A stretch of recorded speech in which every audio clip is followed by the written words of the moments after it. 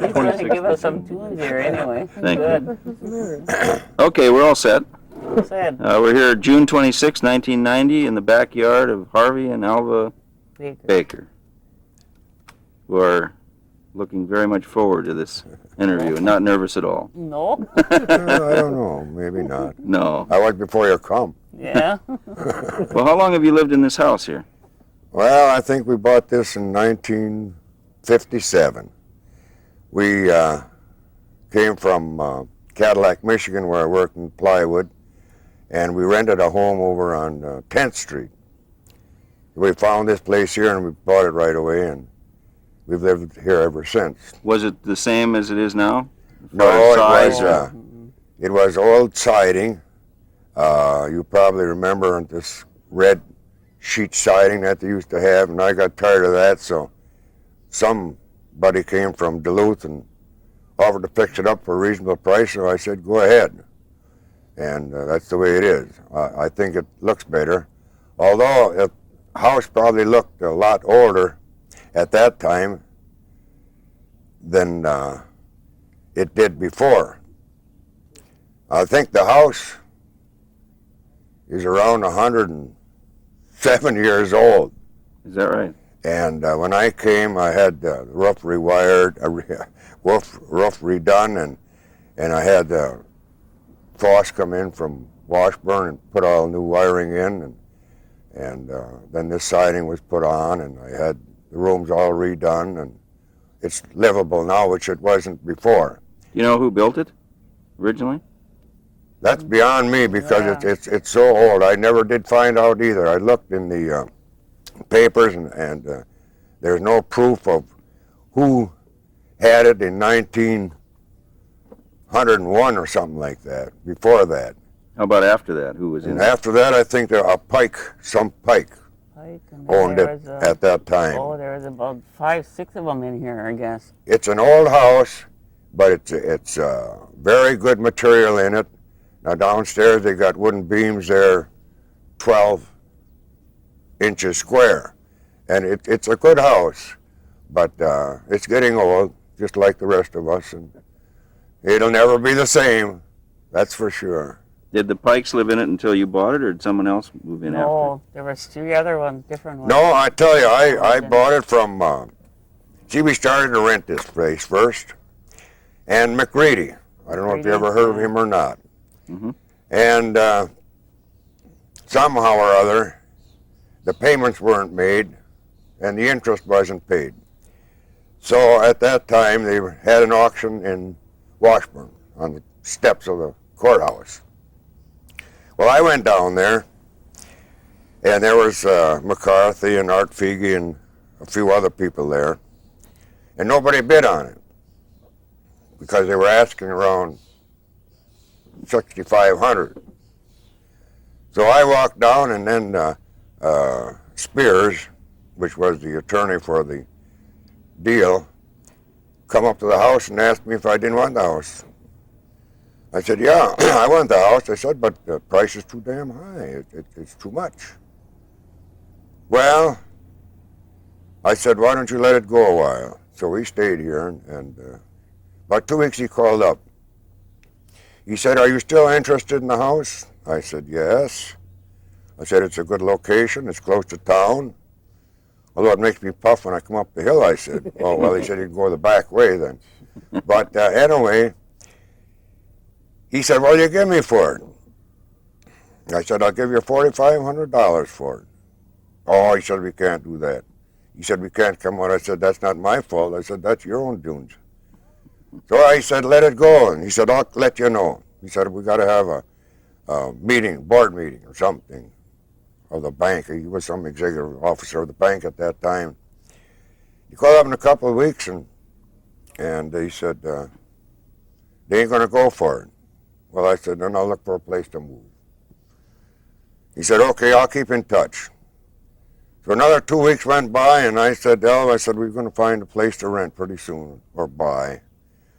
And he called up and he said, hey, they'll take your $4,500. So we stayed here, which was a good deal for us because I worked down at Allwood there, and it was only 2.5 blocks of work. In fact, all my life I never took a car to work because we all lived close to the work. I lived in Michigan and Cadillac, and I was only 2-3 blocks from there. And then I lived in Two Rivers. Well, there we was about 4 or 5 blocks. But them days, well, that was what, 1929. Everybody didn't have a car at that time, so we just used our shoe sole to go to work and come back. But I enjoyed the plywood. I've been in it now. Well, I was until retired, about 47, 48 years. I worked in Two Rivers about 16 years. And then I moved to Michigan, which I had a better opportunity as superintendent over there. And I worked there, I think, 11 years. And we had a manager that came out of Grand Rapids, Michigan, and he didn't know anything about wood, but he gave the orders, and I just couldn't get along with the guy, so I came over to Wisconsin, which I wanted to do anyway, because our daughter is here, the grandchildren are here, and the great-grandchildren are here, so I thought it'd be better to come over to Wisconsin. And makes me laugh because I stopped in Antigo. I knew a man down there in the plywood business. And he said, there's a man up in Bayfield looking for a plywood man. Well, I said, who is he? He happened to be Dow Berger. You've probably heard of him also. So we come up here, he said, oh, it's only a little ways. And that was in Antigo. He said, it's only a little ways. So I looked on the map, and yeah, we started out there about 2 in the afternoon. I don't think we got up here till 7, 8 at night. And not knowing the town. Long ways. Yeah. The guy said, the manager of the plywood said down there, oh, it's only short ways. So I was on vacation. I had 3 weeks vacation coming from over there. So I went fishing a lot. I used to take a week off for fishing and a week off for hunting and duck hunting, a week off for deer hunting. See? So I came up here. Well, he was just starting. They had some of the lumber business in the old place there where the boats are now. And, well, he gave me a good starting wage, so I said, no, I don't want to come right away because I just started my vacation. Yeah, but you wouldn't So listen. I went back to Cadillac, and I've done a lot of fishing. There's wonderful fishing over there. There's Lake Mitchell and Lake Cadillac. And I was really enjoying it. And every damn day the telephone would ring, and he'd be on the telephone. When are you coming? When are you ready? Well, I said, I ain't ready yet. Well, he said, I got to get going. Well, I said, wait a week. Well, I don't know about that. So I hung up, and he got another week. He called up. He said, are you ready now? Well, I said, I only got 2 weeks of vacation in. I want another week. Well, we got to get going. He said, I can't wait. Well, I said, all right. He said, will you be ready tomorrow? I said, hell no, I won't be ready tomorrow. We got to pack and everything. See, we owned a house over there. Had to make arrangements to sell the place and everything. So George Meyer at that time was a truck driver. He was driving the semi-truck because he was getting lumber from outside to work in the plant. He said, I'll send George over in about 3 days. Well, I said, I don't like it. I said, but I'll come. Big truck. Yeah. So we loaded all the furniture in the truck, and George slept by our house that night, and we gave him breakfast, and he was good-natured, and he helped me load, and we took off.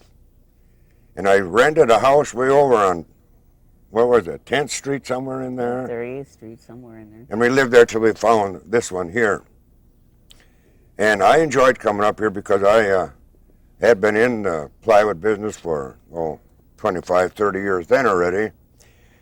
And I knew what it was all about, which Berger didn't know, because after I got started, we had a little press about 3 feet by 5 feet, which wasn't very big press.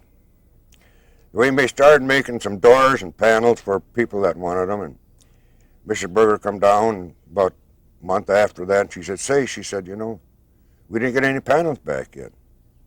I said, why, did you before? She said, yeah. So they must have made them different thickness. They couldn't use them. So she was happy about that. One day, Dalberger come in the plant, which he done every day at 8 in the morning, drunk or sober. So I said, Del, I need a couple of flat irons. Well, what do you want them for? He was pretty economical, you know. Well, I said, just get me about 3 flat irons. So he went down to Ashland, picked me up 3 flat irons. See. And of course, the panels, by handling and sawing, get chips in and they make dents. See. Well, he couldn't figure out what the irons were for. So we finally got some panels through there, which wasn't easy at that time because the help didn't know what they were doing either. So we had all kinds of scratches and dents, see? And that's why I had him get the irons. What the hell are you going to do with the irons? Well, you'll see. So we come the next morning at 8 o'clock. That was his time to go to work. And he stopped in there. So I showed him what we were doing with the irons. We'd where they were chipped or dented, we'd put a little water on and put the hot iron on, and that would raise the grain right straight up and sand it off, and you never know it was there. And I turned to him and I said, Dal, I said, what did you do before? You had them dents in there. Oh, he said, we didn't have many. He didn't have any, he said. And Ines Weber spoke him, he said, we send them out that way. So she sent them out with dents in. Well, anyway, I enjoyed it down there, and we had wonderful help. What year was it you started there? 1956. He had started in lumber there. Well, then eventually he wanted to expand, so we bought a press. I went down to Virginia and picked out a press. It was continuous sheets on the press, and it was what we call a shuttle press. And I think it was about 14 feet long. And the stuff would come through the spreaders, and we'd put them on the press, and it'd roll in and give it heat 250 degrees for 2 minutes, and then that was it. And we had some wonderful people down there. We had people from Ashland, even came from Ashland, Red Cliff, Washburn, and Bayfield. And who were some of those people? Pardon? Who were some of those people that you worked with down there? Well, I had Remember? about everybody in Red Cliff, everybody that wanted to work. Well, there was Gordon's. Gordon's, a lot of Gordons down there, and Gladys DePerry, and they all worked in there. I go out to Red Cliff now, and I don't even know some of them anymore. And they say, hi, Baker, and I don't even know some of them because they've changed so much. That's been quite a while ago, but they were good help. Now, it isn't only the white man that can work. I tell you, the Indians can work just as well as any of them. And they're good-natured. I had one fellow there. He's gone now. And I don't know, Brissett, I think his name was. Yeah. Well, anyway, he'd work his head off all week. And come Monday, he didn't show up. Tuesday, he didn't show up. So he come in Wednesday morning, and of course, I flew off the handle, I guess, and I said to him, where have you been? I said, we need that help. We need you. Well, he said, it's against my religion. So I let it stop right there. So he was a very good worker, though. And I had Cadats over there, and I don't know if you know Barney Cadat and them people from Red Cliff, but I go out there now, everybody's waving, hi, Baker, and some of them I don't remember, and even some of the kids that we had down there were 16, 18 years old. They know me, and I don't know them anymore because we've outgrown them. But they were very good people. I enjoyed working with them. And we used to sell plywood. Mostly we made kitchen cabinet doors. And of course, George Meyer was the driver then. And George never was too anxious to get in a lot of traffic with his truck. So we'd go down, we'd take a load of doors down. Sometimes it'd be a semi-load a week, sometimes 2 a week. And I tell you, we had to go to beat the band to make enough doors for a semi. You'd be surprised. The doors that go in a semi, probably 15, 18,000 doors. Well, I can remember one night, we worked there. We had to get the truck out the next day, it was promised. And I think we worked from 7 that morning till about 4 the next morning to make that truck. Because we didn't want to lose the business. It was a well-known kitchen cabinet maker by the name of Shyrick. Yeah. And they made beautiful cabinets. And these were all red birch. We used to send the truck up to Canada and buy in the birch itself and then sort it here and tape it together and put the doors on the frames. Now that was an operation by itself, you know. We had 3 staplers making frames. We'd make the frames in the lumber department, and they'd come out, and these frames were, well, whatever size you wanted. And we'd staple each corner with a vent in the end so that when they got in the press, it would cause steam, that they wouldn't blow up like a pillow, which they did a lot of times. If the hole got plugged up, they'd blow up just like a pillow, just like the one you sleep on. So we had a very good operation there, and we only made, first of all, we started making doors for Shyrick. We were the only supplier, and they were a big outfit, and they were howling for doors day and night. So we bought that shuttle press, which I told you about, and then we could keep up. And then George didn't want to drive anymore. There was nothing wrong with his driving as far as we were concerned, but we got a fellow by the name of Ted Lampa, which is gone now. He lives way up on the hill up here. And he used to be a truck driver for DuPont. And he enjoyed traffic. He never bothered him a damn bit. So he went down, and we always brought veneer back from Indiana and Tennessee, walnut and red oak and white oak. And we used to make a lot of different kind of panels. We made, what we call counterfronts. Sometimes what you see in the store is the front of them, sometimes on the top of them. And we made pew ends, a lot of pew ends for church pews. Somebody else made the seats in the back, and we made the pew end, which were 2 to 3 inches thick. And it's very sturdy, and I think most churches have them all in now. And they were oak and walnut, and we even had a call from somewhere down in Iowa. Some Chinese church wanted some zebra wood. Wow. So we sent over to Africa to get some zebra wood. And it only comes in small pieces, so we had to tape and patch. But we made the pew ends for them, and they enjoyed them. So I had a good lifetime down there in the plant. What was your job title down there, Harvey? Pardon? What was your job title down there? My job was superintendent down there. Superintendent, huh? First, Berger hired me as a foreman. He didn't have anybody, see. So after we got started, you probably know him as well as I do. He hired a man by the name of Lewin. He was from out here at Cornucopia, and he had worked at Pluswood in Ashland. So Berger got a hold of him, and he came up here. Well, then he oversaw the operation outside of Berger. He was Berger's right-hand man.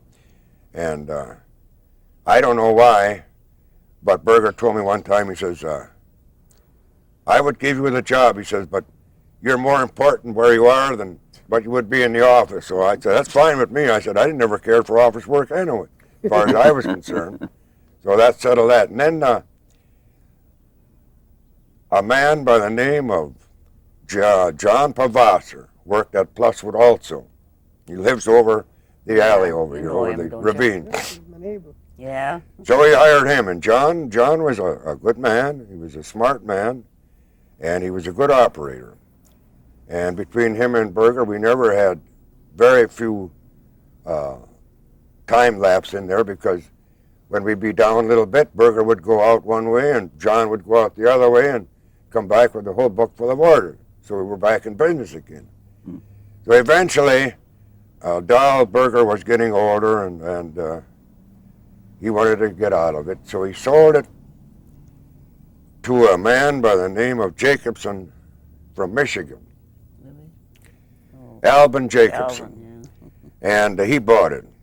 Oh, I guess they got about $1.5 million for it at that time, and he ran it for about 3 years, and they were very nice people, very good people, and they were sharing people. We always got a bonus at the end of July and at the end of Christmas, and they were. Okay, so where were we in this? Jacobson's very Well, we were just about in the stage of selling the plywood, do you remember? Yeah. And I say again that they were very sharing people, Mm-hmm. and I guess he had more interest in his lumber manufacturing over in Baraga, Michigan. They put up about 10 dry kilns where they dry the lumber. Mm-hmm. And we did used to buy some lumber from him, but he could get more money from outside sources than he could from his own plant. And at that time, he was making a lot of maple, what they call 5 and 6/4 maple. And China and Japan had initiated bowling alleys, which they didn't have before. And this was clear maple, and the guy made a fortune on maple flooring and maple gutters for bowling alleys. But they were nice people, and they finally sold out to another outfit. I don't know the name. I was out of it then already, down around in Phillips somewhere. And Well, what year did you get out of it? I got out in 1976, and I went retired then, and I always made a lot of good money, but not enough. So we're all right. We have a home here, and I have a boat which I like to use, and I like to garden, and I like to fish. So between gardening, as you can see, the weeds are pretty high there. I got a garden out at that bad. Teresa Weber's, our granddaughter, and I guess I must have about half an acre out there. I got rows of tomatoes. I even planted some garlic. She wanted garlic. So, you know, I found something out about garlic. I tried it here, and I planted it in the spring, and I pulled it in the fall. It was only about that big around, see? So I started reading up on it. I got some garden books from Jung Seed Company down around Madison, and I didn't know whether they would freeze or not, but I put some in the spring, and I let them in all winter. And some people said that they might freeze. Well, come spring, they started to grow up green just like the onions do. And I didn't dig them up till the next fall, and they were big around like the store, garlic you buy in the store. Now, I didn't know that, you see. As old as you are, you can always learn something all the time. Yeah. But I love to fish. I go down the dock, probably find some minnows, buy some minnows, or else catch my own minnows, and I go down the dock and sit. And it seems to me that I don't care if I catch a lot of fish. I like to see the people walking around, and see different people, and talk to outsiders, which is nice. They always got a lot of questions to ask. And I just sit there and enjoy myself. Whether I catch any fish or not, don't make a bit of difference. If I catch them, fine. If I don't, it's all right too. But I like to see the activity down there. And I like to see the ferries. Now, you probably remember the first ferry when I came was only a small boat. And I think they took 5 or 6 at the most on that one little ferry. What was the name of that ferry? Remember? Oh, gee, that's beyond me. I don't know. Nitcheville? No, I don't Was think it, Marion? Nitch, yeah. Was that the Nitcheville at that time? That's still running, isn't it? I mean, they still have it running. The wooden Nitcheville is But gone. that's the Metal Nitcheville. This is the Nitcheville 2. Right. The first one was a lot smaller than Yeah. that one. They probably named Well, it the Garhow was going then too. Garhow. Garhow, that's By right. the way, that was made in my hometown of Two Rivers, Wisconsin, down there in the little boatyard. They made that down there. And we used to go over to the island There wasn't much there either. Well, there was a main street there. There was no marina there at that time. There was a few little stores and one little gas station that some guy run from Bayfield here. But we enjoyed it here. I like it here very much.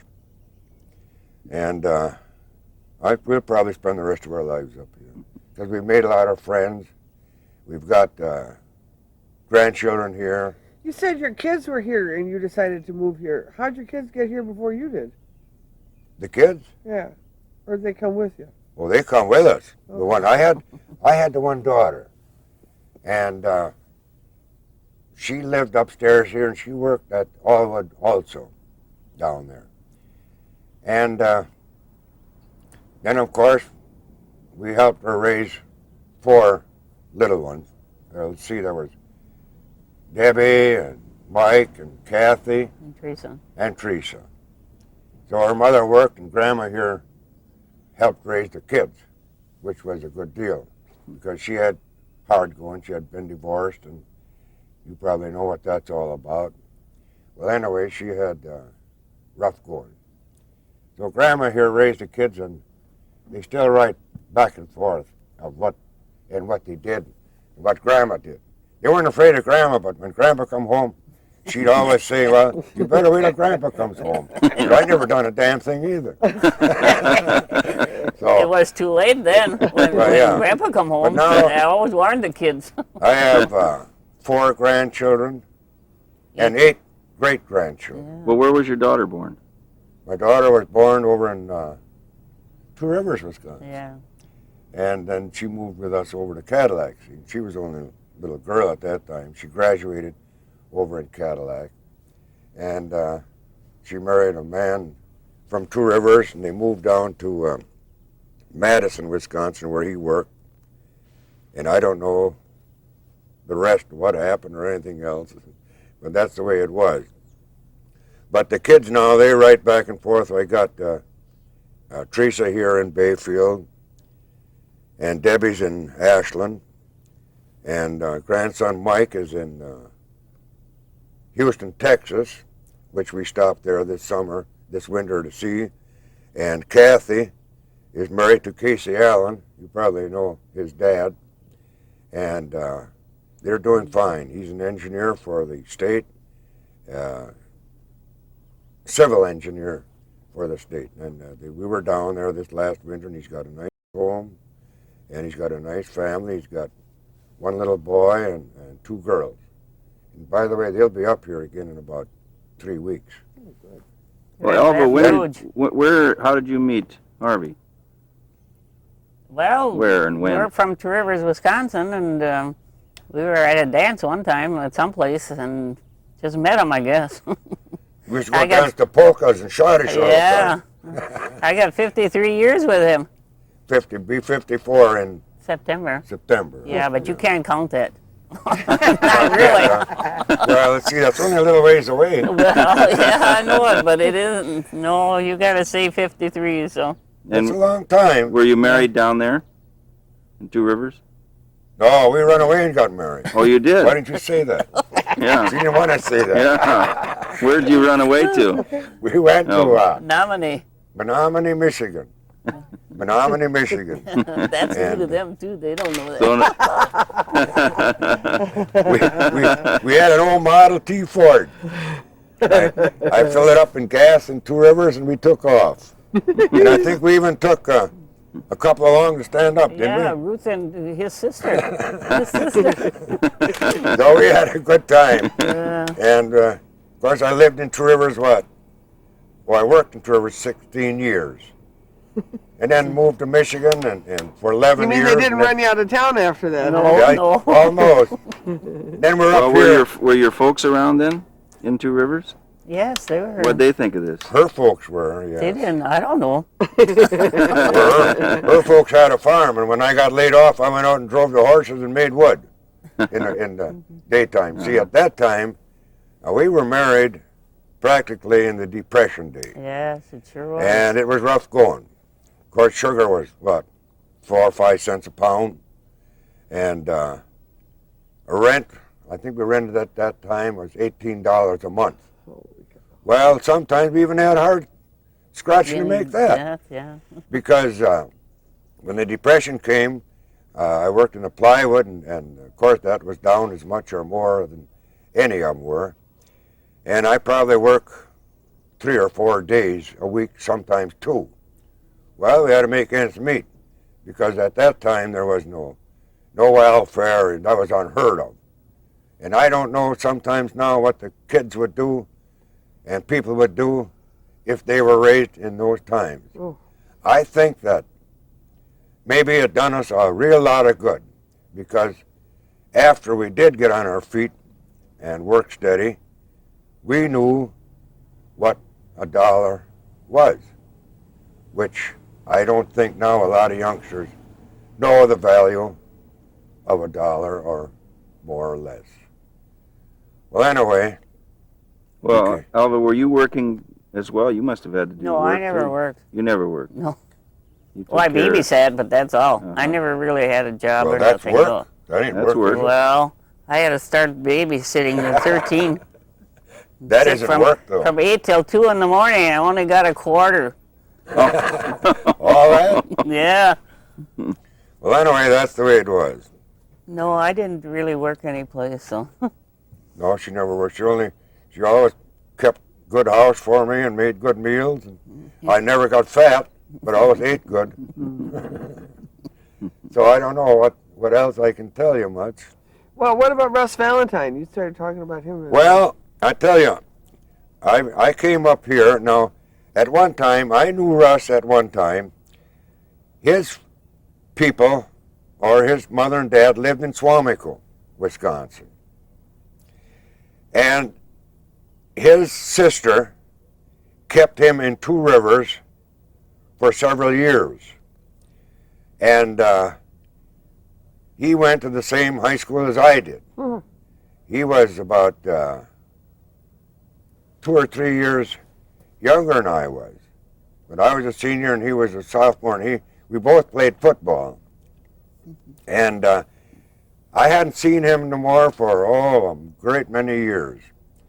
And I moved up to Bayfield here and went to work here.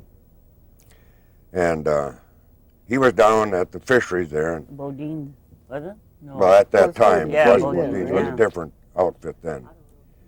Huh? Well, anyway, he stopped in the plywood for Yeah. some board or something or other. Keene. Wasn't it Keene? Yeah. And, my God, we got in the doorway, and I'll never forget, we both damn near cried Yeah.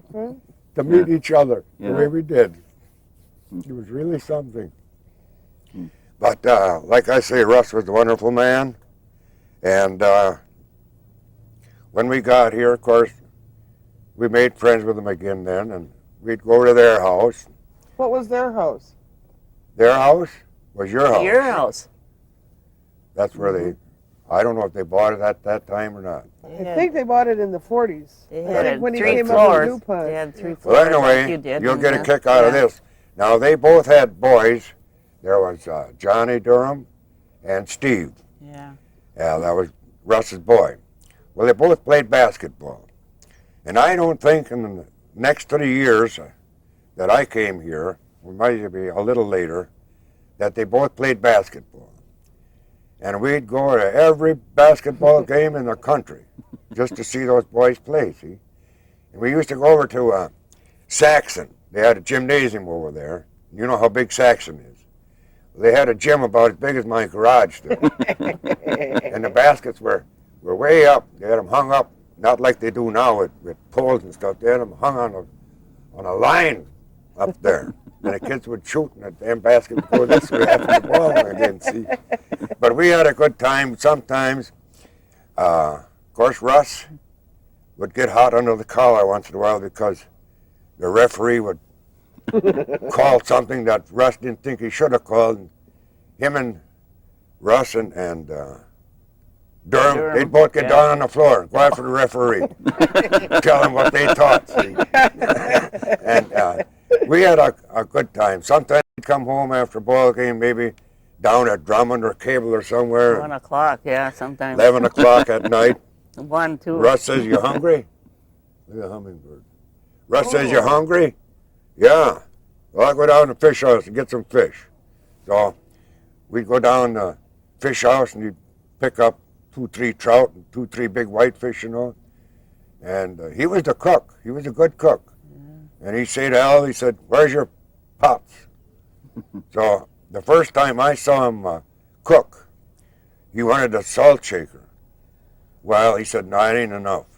So Alva got him the big box of salt, and he put in the whitefish, and he poured about half of that salt in that kettle. I said, "Who the hell's going to eat that stuff?" Well, he said, "You'll see." So we'd get the table all ready, and we'd sit down, and you know, the whitefish weren't salty at all. No, they aren't. I don't know what it is, but he could really cook fish, I'll tell you what. Then we used to go over to their place, and we'd go all over. We were great friends, and it was a sad time when Bobby we would lost play the him. piano. Now, his wife still lives in Swamico. She comes here once in a while, and Yeah. Once in a she great does. while. if you see her coming, you let me That's know. right. Mary was Oh. a very nice person. She worked up at the school. I think she was librarian for quite a few years up there. And they were both very nice people. Very good.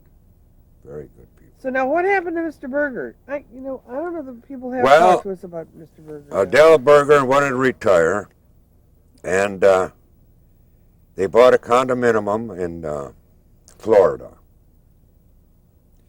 And they used to go down there the first couple of years that he bought it. They went down there and spent the winter. And then we'd take care of the plant, John Foster and I. And he liked it down there. He didn't like the cold too much. And so they bought that condominium, and they stayed down there. And she passed away. He passed away first. And then about 2 years after that, she passed away. I never saw him again after they left Bayfield. But we did keep in touch with each other because we wrote to each other and everything. And they were very nice people. Did he ever say, or did you ever figure out what that building, what we call the Alwood building now, is used for or built for in the first place? No, that brings back another story. That was, the building itself was the cooperative for these apple and strawberry people. And at that time, before I came, they were shipping out carloads of strawberries and apples, and the railroad track used to come right next to the building there.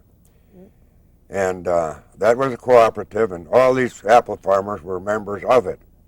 But I guess they made a little money, and I don't actually know what happened, but it went down.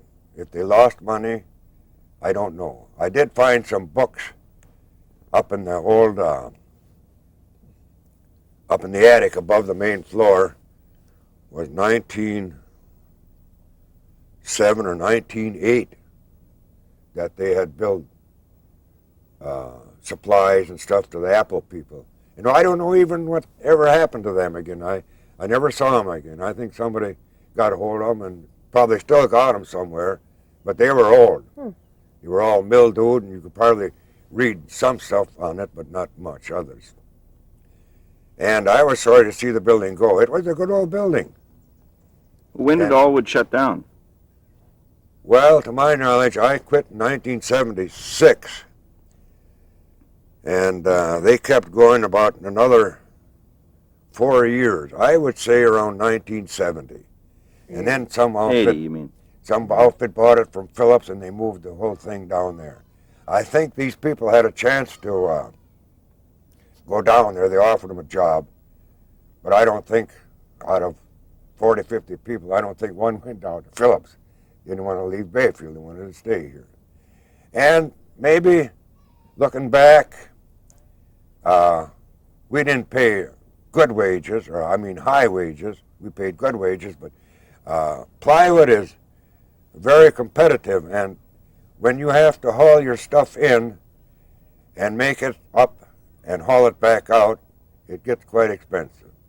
So I think that's what happened to this outfit in Phillips. They had a place down there that they had started, and I think that in order to make their operation better, they moved this stuff from here down there. It was never said that when it was sold, but that's actually what happened.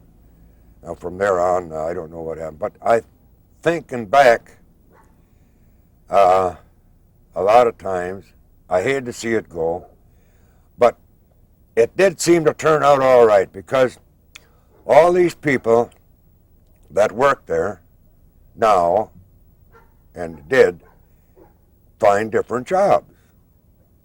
And I think for some of them it was a difficult time until they did find things. But we have people from Red Cliff and what progress Bayfield has made in 3-4 different things. People did get their jobs. Now I don't know of one person that didn't get a job after they left. It was a good operation because I think we had as many as, well, at one time we almost hit 100 people, but 60, 70 people, and that was a good living for these people here in Bayfield. And they were good people. We had good people, very fine people. Wasn't there a canning factory here? Yeah, take a ride. Oh. They like to take a ride, so we go with them. Spend a day over there, and it's nice. But I have no urge to go over there because I got things to do here, I guess. That's about all that matters. And we do it. We go downtown and sit, and we go downtown and walk around. I like to sit in the gazebo once in a while and just watch the people come and go and the boats come and go. And last week there was some guy, I don't know who he is, he had a light airplane. I don't know if you saw that down there or not, Mary, but it's a real light deal. And he had pontoons on to land on the water, and they come in the harbor there. And it's only a little outfit, a little bit of motor, and he revved her up and took off like a fly off the garage. Yeah. And then he went around the harbor and he dipped his wings a little bit to say goodbye, and away he went. So that was a nice deal. But we enjoy going downtown and watching and meeting the people and stopping and having an ice cream cone once in a while and maybe a dinner or even a beer once in a while. Don't hurt anybody, I guess. The good life. That's right. Well, anyway, that's the way it is right now. Your summers you spend here and your winters you spend in Tucson, Arizona. Well, we've been going down to Tucson in the last few winters. Nice down there. Well, as old as I am, I'm not as old as some of them, I know that. But come to think of it, and you probably will too at some time, in 78 years, you see enough snow, you see enough ice, and it's nice to get away from it once in a while. So we go down in about November 1st, and we have a 30-foot fifth wheel we stay in, and we leave it right there. I don't pull it back no more because I found out that by pulling the trailer and the truck, it took just as much gas to pull the trailer home as it did to pay the rent down there. So I left it down there and just pay the rent and let the trailer sit. Then we go down there, well, all we got to do is unlock the door and go in. Of course, it's nice down there because we do spend a lot of time with people down there. We joined the Arizona Shuffleboard Association, and we practice just about every day. And on Saturday, come Saturday, then you play a game, see? And it's every other Saturday at home, and the next Saturday, then you play other parks. And other parks on your Saturday come in. So we meet a lot of people, and Are there other people from Bayfield down there that you see? yeah, there was one down there. He was down there this year, and that's a fellow by the name of Casoria. He lives out here beyond Red Cliff a little ways. Going to interfere on that. Well, the kids are happy. They got a couple of nice little girls over there. They're beautiful kids. They got a little boy. Well, anyway, we come back about the end of April. I usually get back about the 1st of May.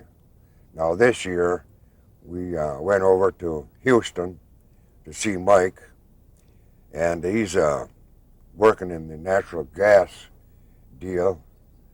He's exactly what his job is, I don't know. But anyway, he had to show me his office, so he took us up on the, what is it, 74th floor in Houston, and the gas company leased the whole 74th floor for their offices, and it's a nice deal. And Mike's doing all right. He called just the other night. Now he's going to improve in his own self and his job. You're sending him over to Memphis, Tennessee. Memphis, Tennessee. Of course, he's got to get rid of his home and all that. But it's a better job, and he's going to make more money. And I think it's good for Mike to see what is going on elsewhere, not just in one place. And then from there on, we went over to, we stayed there about 3-4 days. Then from there on, we went over to Kathy, our granddaughter, which I told you before, lives in Baton Rouge. I don't like it. It's too busy there. Oh, yeah. Were you around up here when the hotel burned? Yes. Yes. I got out of bed even to go that down was to see it. something, yeah. That was a big flame. Yeah, Oh, that was something. What year was that? Oh, gee, I don't. Remember? You got me. I couldn't say exactly what year. My Actually, memory. you were living at, well, wait a minute. When did you come and live up here? 56. 56. In this house, though. Yeah. No, it was the year 57. 2. 57, Oh, I I think think it was 61 or 62, so you ought to have been able to see it practically from up here. The fire. No, Well, it must have been later than that yeah. because we were here when the we fire were here. Yeah.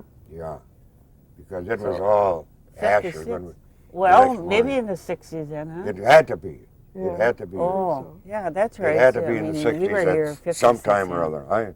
My memory ain't that sharp no more that I remember. That was really So did something. you ever go down and visit Morty at Morty's? Oh, yes. Yeah. So we used to... What do you remember of Morty? Oh, I remember Morty, yes. In fact, we used to stop down there, and Russ would even make fish down there once in a while. After the the back? ball games, yeah. In the back of Really? the fireplace, or where? Then we'd eat fish and get a little bit pie-eyed and feeling good, you know. That was a lot of fun. Where do you make the fish? In the fireplace? No, huh? Oh, you had a burner in the back room Oh, somewhere. a burner. Russ saw to Yeah. that. He never brought it out for you. I don't think anybody knew it was even there. But they had a little room way in the back, and he had a cooker in there. What was Morty like? Morty? Very nice. Morty, fellow. I don't think, as far as I was concerned, you'd never find a nicer gentleman in your life than what Morty was. He'd see you on the street, he'd stop and talk to you. You see him in the tavern, he always had a couple stories to tell, and Morty was a fine man. And he was quite a hunter, I guess. He used to go hunting bear quite a bit. And then Valentine and what was the other guy's name that had the tavern before, after Morty? Kenny? Yes. Oh, Craig. Craig? Kenny? Yeah, Craig. Then he'd all go duck hunting out at Bark Bay. Bark Bay or out further yet. Corny? Next Port down, yeah, Port Oh, Wayne. There's a big Herbster? marsh Oh. up in there, see. And I can remember Andy Pulaski had a cottage out near Corny. Past Corny. near Bark Bay. Yeah. Bark Bay. And some nights they'd all go out there. I guess they played a little cards. Poker, yeah. But I went out there. I used to love to fish, see, and I had a boat and a trailer. And Russ says to me one day, he said, "What are you going to do today or tonight?" I said, "I'm going fishing." I know nobody could change my mind. If I wanted to go fishing, I was going fishing. I said, "I'll tell you what," he said, "you're going to Bark Bay?" I said, "Yeah." He said, "You stop in at the shack, cottage." I think Andy still got that cottage yet. Yeah.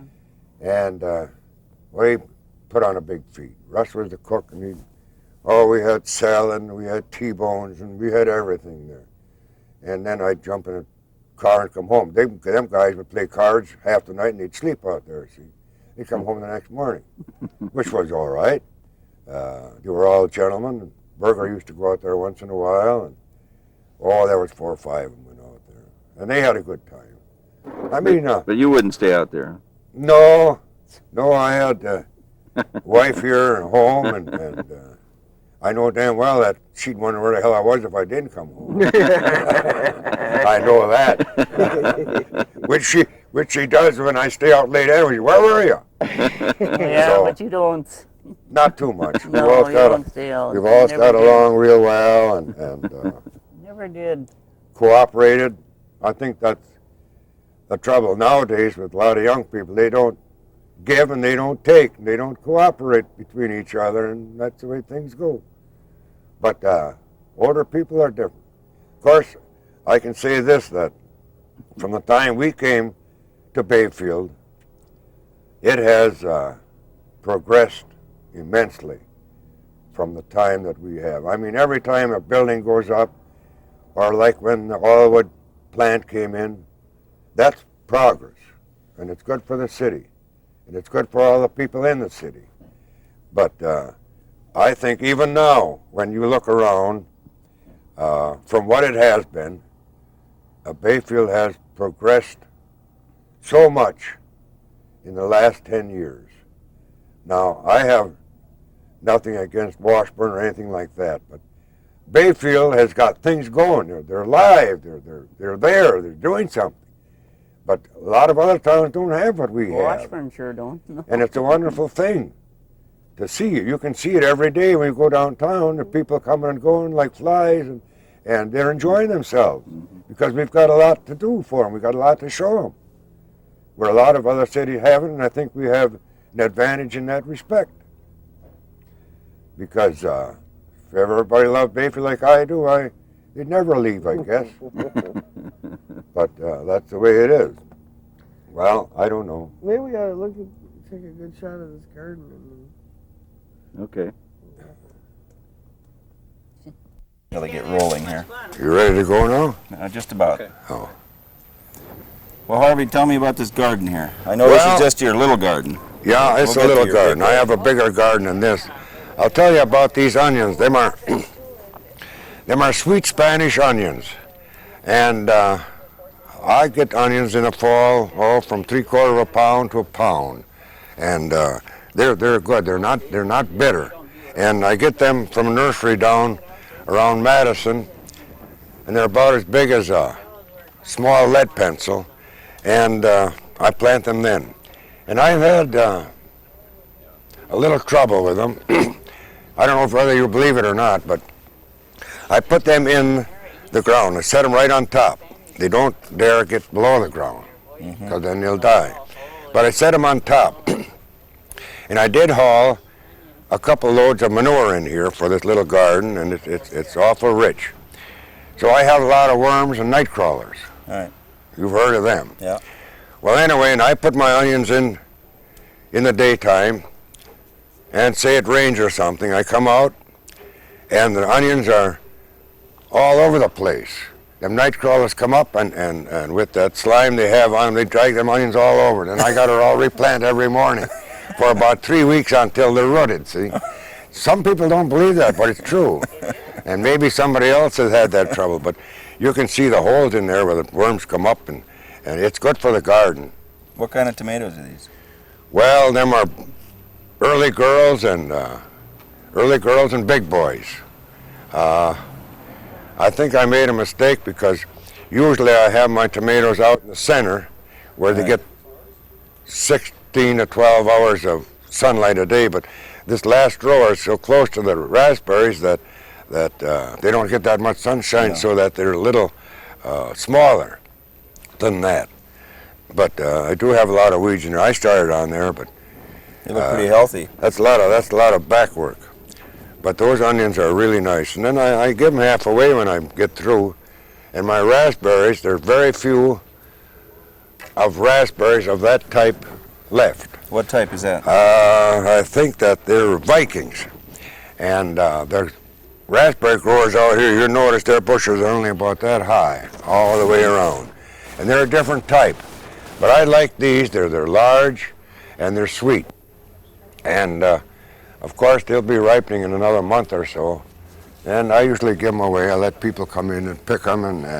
Does Elva make some jams or jellies? Oh, yeah. I tell you, they make beautiful jam and jelly. Yeah. And my tomatoes, most of them give them away, and the onions give away. I take a few down when I leave here. And those peppers there, I had, now some people don't know this probably, but I bought a dozen of peppers, and you can believe it or not, I had 3 bushels of peppers last year.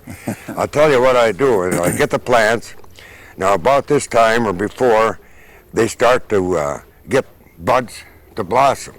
Well, I pick them all off until my bushes get about that high.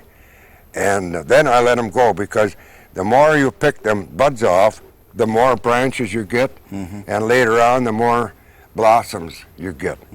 And I gave peppers away. My gosh, they get nice big wonder peppers from like California peppers, and they're really nice. Then I've got a garden out by my granddaughter. I don't take much from it. I just go out there to probably work and get exercise and get tired out and come home and sit in a chair with a beer and go and fall asleep or something like that. Well, let's take a stroll around the house here. You can tell us a Okay. little bit about the house. Well, I would say the house is over 100 years old. Now I had, like I said when I came, I put on a new roof, and a couple of years later I put on the siding. And, Well, this looks like it's been added to at different times, this house. well, that was before my time. Before, huh? Yeah. You didn't add anything. You put No, I didn't add anything, except what I did add to it was all new rooms in there. The bedroom is all done over, the kitchen, the bathroom is all done over. And I put a new roof on last year, and I like it up here on the hill. You know, there's more or less traffic along this street than there is on most of them, because this is the main street that goes up the hill. And we get a lot of, here you lost some money. Yeah. Look at that. Oh, and you look at here, this view. Yeah, that's a nice view of the lake. I sit out here on the porch in the evening when it's real nice out, real warm at night, and I sit out here and watch the ferries come and go and see the power boats come and go all the time. And I put that wall in here about 10 years ago, and That's local granite. What is that? What kind of stone is that? that's sandstone, just like this Sandstone. here. I got to fix that up too. But this has probably been here a lot longer than you and I have, because the steps came from the mines on the island. That's brownstone. That's brownstone. I hate to get rid of it, but I guess I'm going to have to, because That's too bad, yeah. people may hurt themselves on this thing here. But I did put that wall in there. Oh, that's about 10 years ago. And I thought I was going to be smart and make it red like it is. See, well, I went down to the lumber company and got some dye.